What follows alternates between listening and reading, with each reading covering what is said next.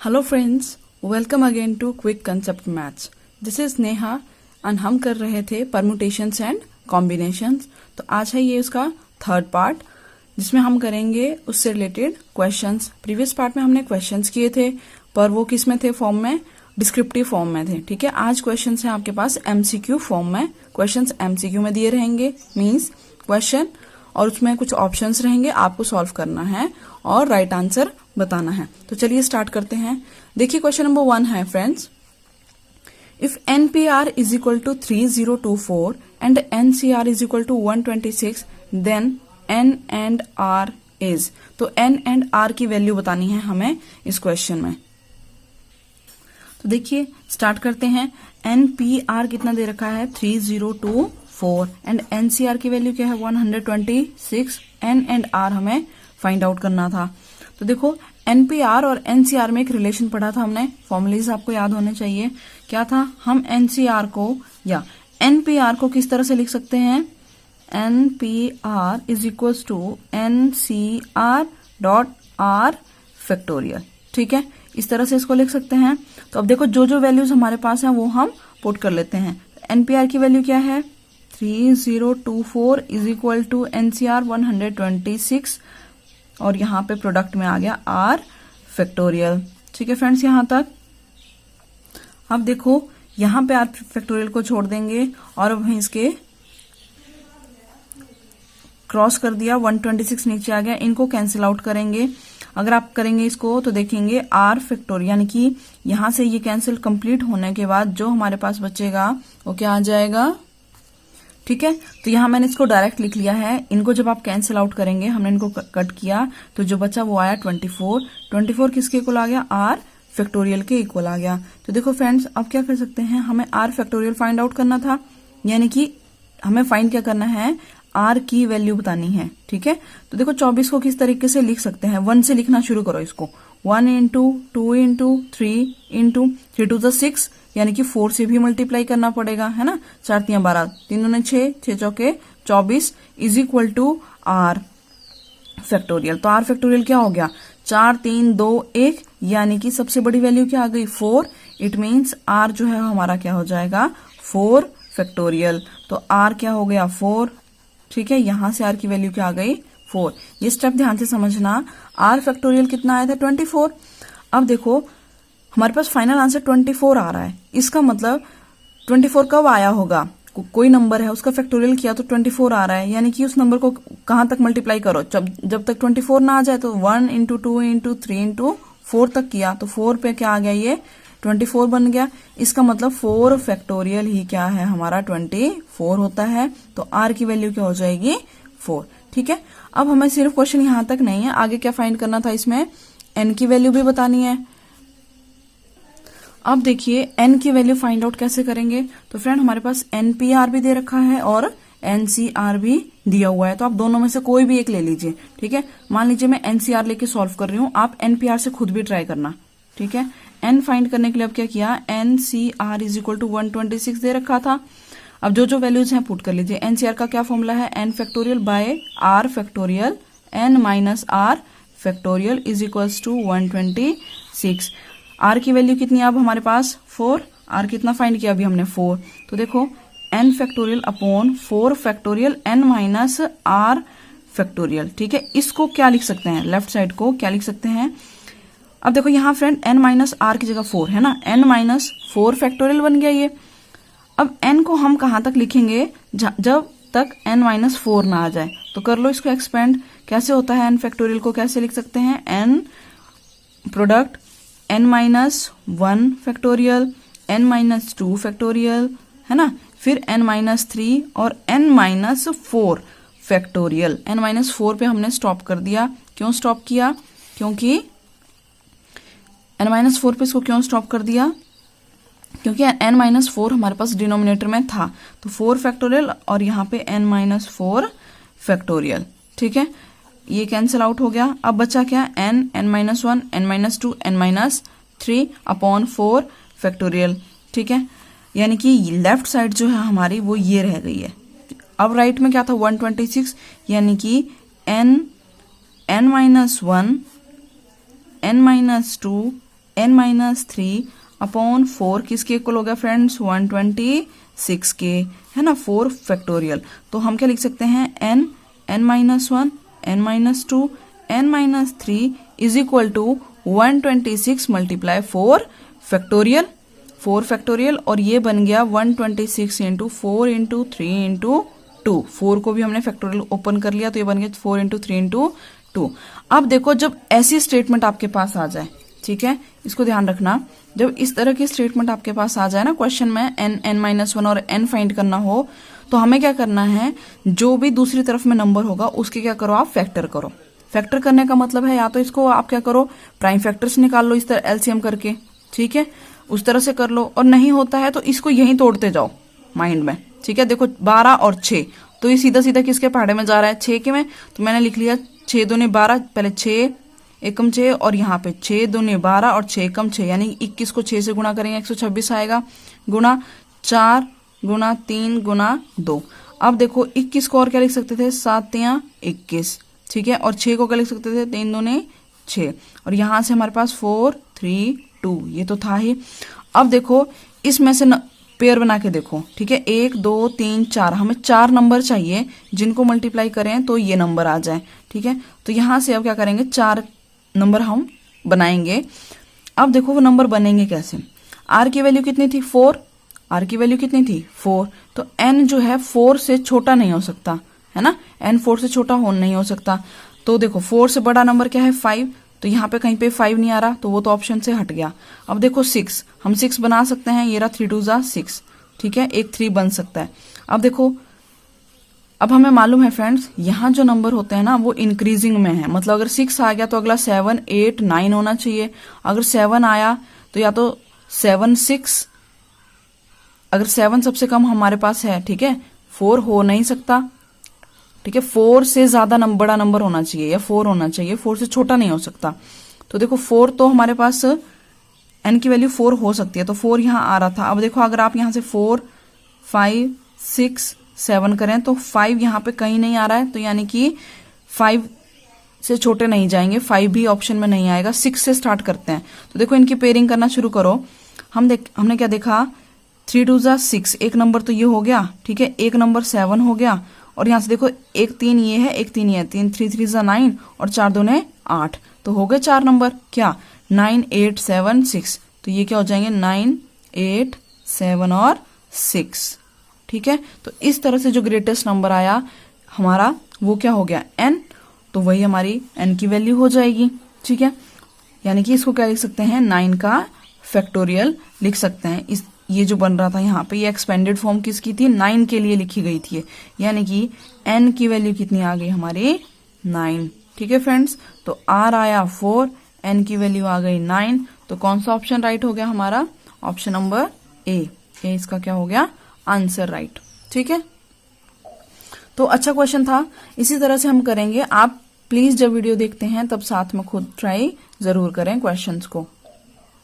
अब देखिए friends, second question क्या है आज का, if 16p(r-1) ratio 15p(r-1) is equal to 16:7, then find r, ठीक है। ये वैल्यू हमारे पास दी हुई है, हमें क्या फाइंड करना है, r की वैल्यू फाइंड आउट करनी है। तो कुछ भी नहीं है, आप इसको सॉल्व करना शुरू कर लीजिए, फॉर्मूला लगाइए, सॉल्यूशन क्या लिख सकते हैं, 16p(r) का फॉर्मूला क्या होता है, n(p(r) का फॉर्मूला क्या होता है, n/n माइनस r फैक्टोरियल। तो देखो n क्या था हमारे पास 16 factorial upon 16 minus r-1। Friend यहाँ ये r-1 किसका काम कर रहा है, हमारे फॉर्मूले वाले r का। तो देखो 16 माइनस r-1 का फैक्टोरियल रेशो में 15 फैक्टोरियल अपॉन 15 माइनस r-1 का फैक्टोरियल, ठीक है। अब ध्यान से देखते जाना इसको कैसे करेंगे, ठीक है। अब देखो 16 फैक्टोरियल को क्या लिख सकते थे, 16 मल्टीप्लाई 15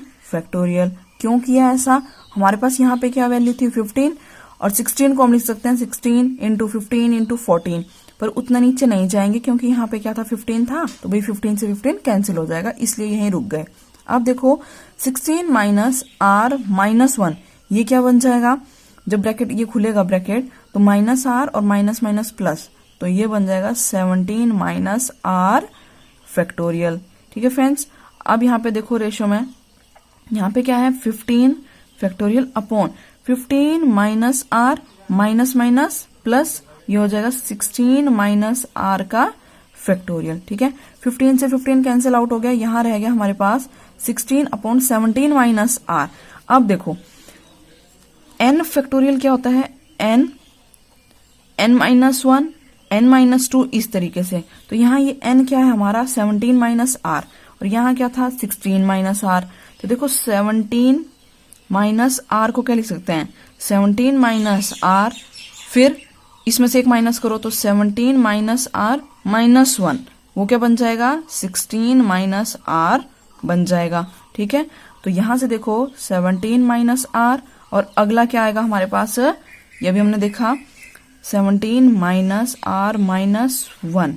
ठीक है, रेशियो में 15 ये कैंसिल हो गया था, यहाँ पे 1 रह गया 1, 16 माइनस आर फैक्टोरियल। अब देखो फ्रेंड ये क्या बन गया हमारे पास, यहाँ फैक्टोरियल लगाएंगे 6, ये बन चुका है 16 माइनस आर, तो ये दोनों भी कैंसिल आउट हो गए। अब क्या रह गया हमारे पास 16 अपॉन 17 माइनस आर, यानी कि ये पूरी जो वैल्यू थी ये लास्ट में कितनी बची सॉल्व होके 16 upon 17 minus are.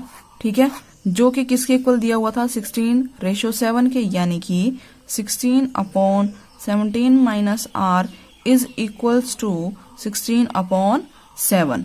16 cancel out, cross multiply कर दिया तो 7 is equal to 17 minus are.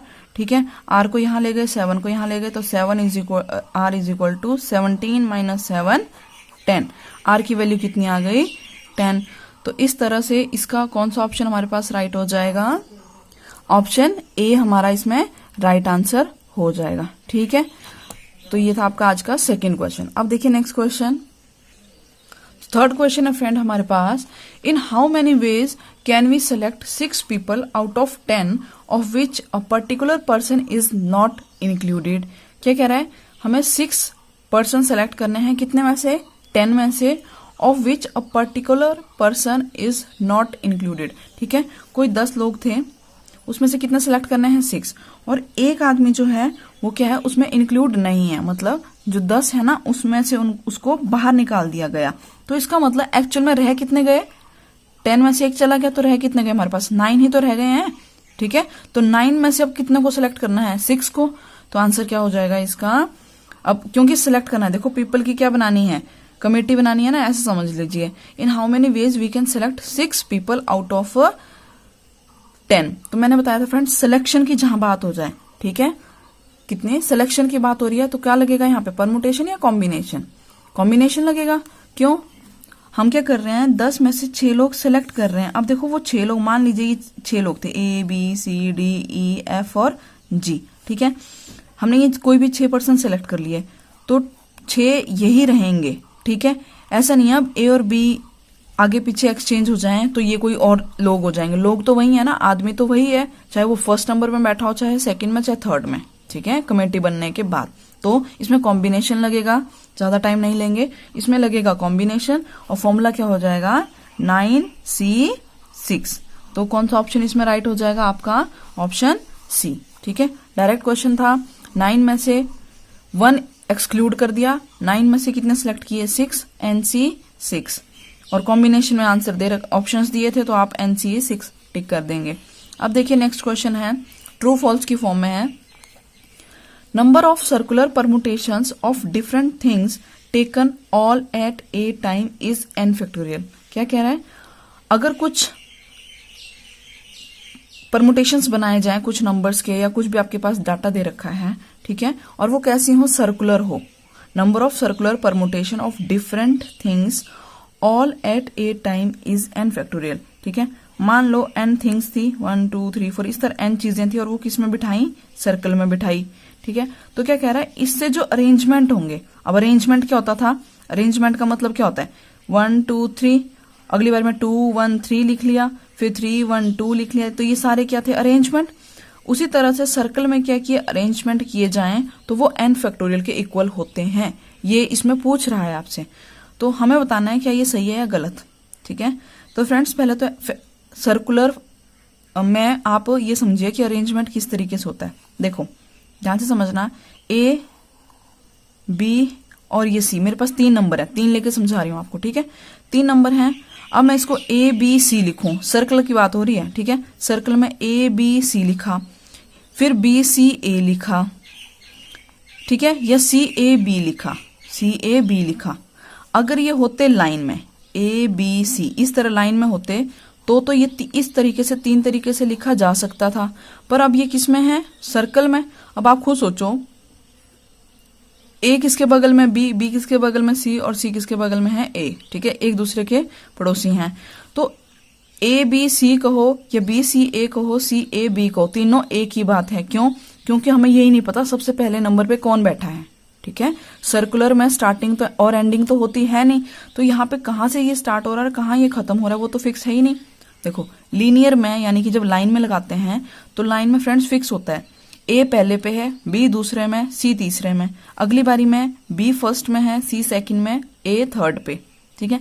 पर जब ये सर्कल में लिखे गए तो देखो ए पहले में, हम जरूरी नहीं है ए पहले में हो सकता है बी पहले में है, हो सकता है सी फर्स्ट में हो, तो ये तीनों के तीनों एक ही बात को बता रहे हैं, समझ गए। इसका मतलब सर्कुलर में जब भी बात होगी तो हमें क्या करना होता है, एक एलिमेंट को फिक्स कर लो। यानी कि हमने क्या किया, कुछ लोग थे या ये टेबल है, इसमें ए जो पर्सन था उसको क्या कर दिया, फिक्स कर दिया, भैया आपकी चेयर ये फिक्स है। अब इसके इर्द गिर्द बैठेंगे बाकी सारे लोग, ठीक है। तो ए यहाँ पे फिक्स कर दिया। अब देखो ए हमने फिक्स कर दिया, ठीक है। सर्कुलर परमुटेशन में एक एलिमेंट को फिक्स कर देते हैं, तो बच कितने गए अब, 2। कौन कौन से, बी और सी। अब बी और सी को कैसे कैसे लगा सकते हैं हम लोग, देखो ए बी सी लिखा जा सकता है, या ए तो फिक्स था ही क्योंकि ये हम लोग क्या मान रहे हैं, हम स्टार्टिंग मान रहे हैं, क्योंकि सर्कल में कोई स्टार्टिंग नहीं होती, इसलिए हमने इसको क्या कर लिया, फिक्स कर लिया। मतलब यहां से ये कोई भी चीज जो है वो स्टार्ट हो रही है सर्कल में। तो अगली बारी में क्या हो सकता है, अब सी यहां आ सकता है और बी इस जगह पे आ सकता है। तो यही 2 केस तो हुए, है ना। जबकि इन्हीं 3 के लिए अगर हम लाइन में लगाते तो देखो 3 फैक्टोरियल बनते हैं, यानी कि 6 केस बनते जब हम लाइन में लगाते, और जब इसको सर्कल में लगा रहे हैं तो हमारे पास यही 2 केस आ रहे हैं। तो क्या फॉर्मूला बन के आया यहां से, अगर n ऑब्जेक्ट दे रखे हों तो यहां से क्या फॉर्मूला निकल के आया, अगर हमारे पास n ऑब्जेक्ट हैं और किस में लगाने हैं, सर्कल में उनको अरेंज करना है, तो पहले तो n में से एक को क्या करते हैं, फिक्स, यानी कि टोटल नंबर ही अब कम हो गए, कितने रह गए, n-1, एक तो फिक्स हो गया। अब जो बच्चे उनको हम क्या करते हैं, आपस में अरेंज करते जाते हैं। इसका मतलब एक फिक्स करने के बाद अब कितने रह गए टोटल, n-1, उनका क्या करना है, फैक्टोरियल। तो इस क्वेश्चन का राइट आंसर क्या होगा, सर्कुलर परमुटेशन क्या होता है, आप फॉर्मूला नोट कर लीजिए। जहां फॉर्मूले फर्स्ट क्लास की थी ना हमने, उसमें हमने फॉर्मुलेस पढ़े थे, आप उसी में एक नया फॉर्मूला ऐड कर लीजिए, ठीक है। सर्कुलर परमुटेशन, सर्कुलर परमुटेशंस में फॉर्मूला क्या बन जाता है, n-1 फैक्टोरियल फॉर्मूला बनता है, ठीक है फ्रेंड्स। तो जो ये क्वेश्चन था ट्रू फॉल्स का, आंसर हो गया हमारा फॉल्स, और राइट सर्कुलर परमुटेशन होती क्या है एक्चुअल में, n-1 फैक्टोरियल।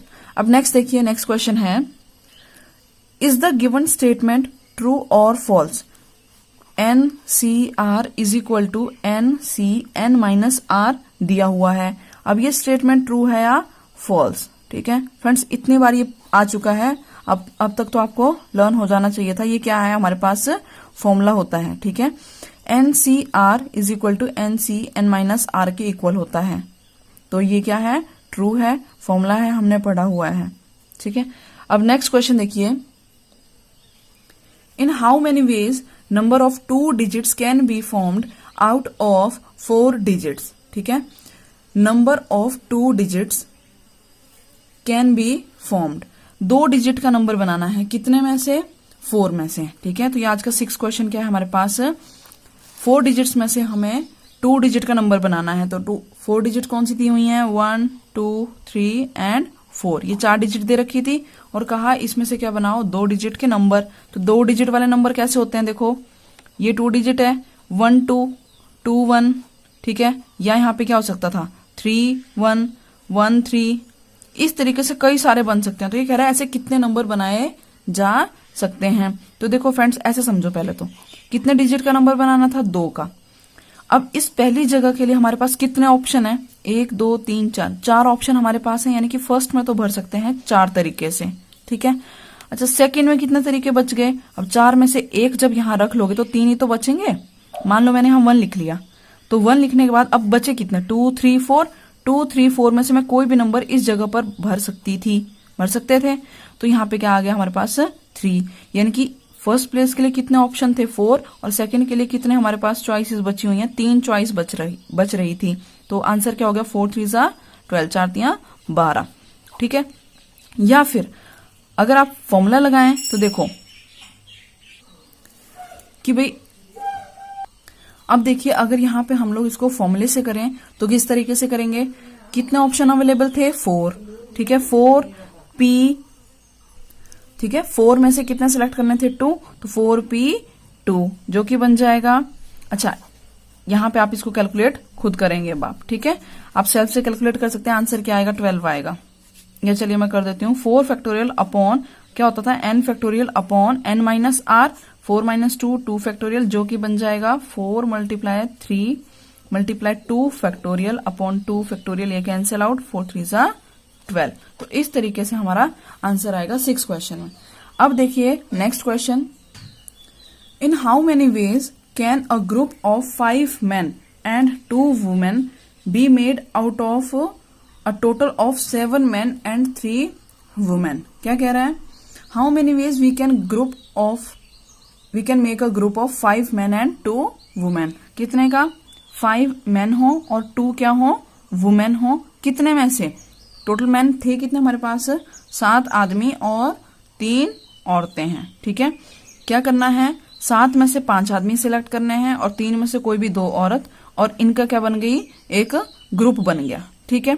हमें एक ग्रुप बनाना है जिसमें क्या हो, 5 आदमी और 2 औरतें हों, जो कि 2 औरतें कहां से चुनी गई हों, 3 लोगों में से, ठीक है, और 5 आदमी कहां से चुने गए हों, 7 लोगों में से। अच्छा, यहां फ्रेंड आप एक और बात जो है अपने लेक्चर 1 में ऐड कीजिए, क्या, fundamental principle of counting, fundamental principle of counting, note down कर लीजिए, फंडामेंटल प्रिंसिपल ऑफ काउंटिंग क्या कहता है, ये या तो प्लस या मल्टीप्लाई, ठीक है। अगर और लिखा हो कहीं पे, क्या लिखा हो, और, तो किसको बताता है, प्लस को, और जो एंड लिखा हो ना कहीं स्टेटमेंट्स में, जैसे प्रोबेबिलिटी भी आती है उसमें एंड जब लिखे आते हैं तो वो किसको बताता है, मल्टीप्लाई को, ठीक है। कैसे देखो, ये क्या कह रहा है, 7 men and 2 women, यानी कि एंड आ गया तो एंड किसको बताएगा, मल्टीप्लाई को। अब खुद ही सोचो, जो 5 आदमी हमने सेलेक्ट किए, ठीक है, उनके लिए और उस ग्रुप में क्या हो रही है, 2 वुमेन्स भी ऐड हो रही हैं। तो देखो हर एक ग्रुप के लिए, यानी कि 5 तरीके से, अलग कई तरीके से हम लोग 5 आदमी इसमें से चूज कर सकते हैं, ठीक है, पिक कर सकते हैं, ग्रुप बना सकते हैं 5 आदमियों का 7 में से, ठीक है। अब उस ग्रुप के लिए भी क्या है, 3 तरीके से हम लोग क्या है, यानी कि 3 औरतें अलग अलग तरीके से, 2 वुमेन 3 में से अलग अलग तरीके से चुन सकते हैं, ठीक है। आपको मतलब क्या ध्यान रखना है, देखिए, हाँ कोशिश कर रही हूं मैं आपको समझाने की, और तो है किसको बताएगा, प्लस को, एंड किसको बताएगा, मल्टीप्लाई को। चलिए फ्रेंड, एक एग्जांपल लेके मैं आपको कोशिश करती हूँ यहाँ समझाने की, ठीक है, कोशिश करना। देखिए एग्जांपल मान लीजिए हमारे पास 3 पेन हैं, ठीक है, और 2 नोटबुक हैं। आपने किसी बच्चे को एक पेन और 2 नोटबुक गिफ्ट करने हैं, ठीक है। तो आप क्या कर सकते हैं, मान लीजिए हो सकता है आपने पेन 1 लिया, तो इस पेन 1 के लिए एक पेन और एक नोटबुक गिफ्ट करना है। क्या करना है, एक पेन और एक नोटबुक, ठीक है फ्रेंड्स। अब देखना, मैंने कहा 1 पेन एंड नोटबुक, ये कहा है ना, पेन एंड नोटबुक, तो यानी कि कंफर्म है, एक पेन और उसके साथ एक नोटबुक जाएगी ही जाएगी, ठीक है। तो P1 यानी कि पेन 1 के साथ आप क्या कर सकते हैं, N1 भी दे सकते हैं, और पेन 1 के साथ N2 भी दे सकते हैं, ठीक है। यानी कि कितने ऑप्शन अवेलेबल हो गए, एक P के लो, P को हमने कितने से मल्टीप्लाई किया, जितने भी नोटबुक थी 2 के साथ। तो यही यहाँ पे ये एंड का मतलब होता है, भाई मल्टीप्लाई कर दो, ठीक है। होता नहीं है कि अगर आप नॉर्मली देखें, जैसे कई बार लिखते हैं 3 जो है 10 बार आ रहा है, तो 3 को क्या कर देते हैं 10 टाइम मल्टीप्लाई कर देते हैं ना। तो इस तरीके से ये काम करता है, ठीक है। तो यहाँ एक पेन जो है दोनों के साथ अरेंज हो रहा है, ठीक है। 2 ऑप्शन इसके लिए अवेलेबल थे, पेन 1 N1 दे सकते हैं या पेन 1 N2 दे सकते हैं। आगे पीछे लिखने से मतलब नहीं है, तो ये परमुटेशन नहीं होगा यहाँ पे, ठीक है। तो और किसको बताता है, देखो और में ना चॉइस होती है भाई, या अगर यहाँ मैं कहती पेन और नोटबुक, तो देखो हो सकता था आप एक पेन दे दें या हो सकता था एक नोटबुक ही दे दें, ठीक है। अब पेन हो सकता है आपने पेन 1 दे दिया, या हो सकता है आपने पेन 2 दे दिया, या हो सकता है आपने उसको पेन 3 गिफ्ट कर दिया। तो ये जो है ये और का केस होता है, ठीक है। और में क्या होता है प्लस होते हैं कि भैया तो पेन 1 दे दिया तो एक केस ही हो गया, प्लस पेन 2 एक दूसरा केस हो गया, जबकि एंड में क्या होता है मल्टीप्लाई होता है, ठीक है। अगर आपको ये क्लियर है तो प्लीज मुझे कमेंट में बताइएगा कि हाँ जी ये समझ में आया है। अब देखिए जो हमारा क्वेश्चन था, क्वेश्चन क्या था, 5 from 7 and 2 women from 3 womens, ठीक है। ये लास्ट क्वेश्चन है, तो क्या बन जाएगा फ्रेंड इसका, 7 में से देखो 7 में से हम कितने सिलेक्ट कर रहे हैं, तो कॉम्बिनेशन लगेगा। 7 में से सिलेक्ट कर रहे थे 5 एंड है तो मल्टीप्लाई, 3 में से सिलेक्ट कर रहे हैं 2। अब इसका फाइनल आंसर क्या आता है ये आप मुझे कमेंट सेक्शन में लिख के बताएंगे। तो ये थी आज की वीडियो, इस तरह से हमारा परमुटेशन कॉम्बिनेशन खत्म होता है। नेक्स्ट वीडियो में हम लोग करेंगे chapter 2 from 11th class and chapter 1 from 12th class, यानी कि जो 11th से रिलेशन एंड फंक्शन चैप्टर है, सेम वही 12th का रिलेशन एंड फंक्शन, दोनों मिला के एक बड़ी क्लास लेंगे जिसमें पूरा चैप्टर कंप्लीट करेंगे, डिटेल में कंसेप्ट समझेंगे। क्वेश्चंस तो आप आराम से बना लेंगे बाद में, पहले समझना जरूरी है। Codomain, domain, range, function, relation, Cartesian product, number of relation defined from set A to B। तो ये सारी बातें हम डिस्कस करेंगे अपने नेक्स्ट टॉपिक में। तो आप प्लीज वीडियोस कंप्लीट देखिए, आपको हेल्प मिलेगी तैयारी में भी, और आपके कमीशन में आप अच्छा स्कोर कर सकते हैं। अब मैं आपको बता रही हूँ कि हमारी प्रीवियस वीडियोस में कंटिन्यूसली जो राइट आंसर मैसेज कर रहे हैं, कमेंट कर रहे हैं, वो हैं Sanjeev Kamta. Sanjeev Kamta, all the best to you. तो आज की वीडियो में क्वेश्चन नंबर 7 का आंसर आप मुझे कमेंट में बताएंगे। फर्स्ट 3 कमेंट्स का नेम मैं अपने नेक्स्ट वीडियो में अनाउंस करूंगी। सो चलिए मिलते हैं नेक्स्ट वीडियो में। Till then take care, bye bye, thank you, thanks for watching.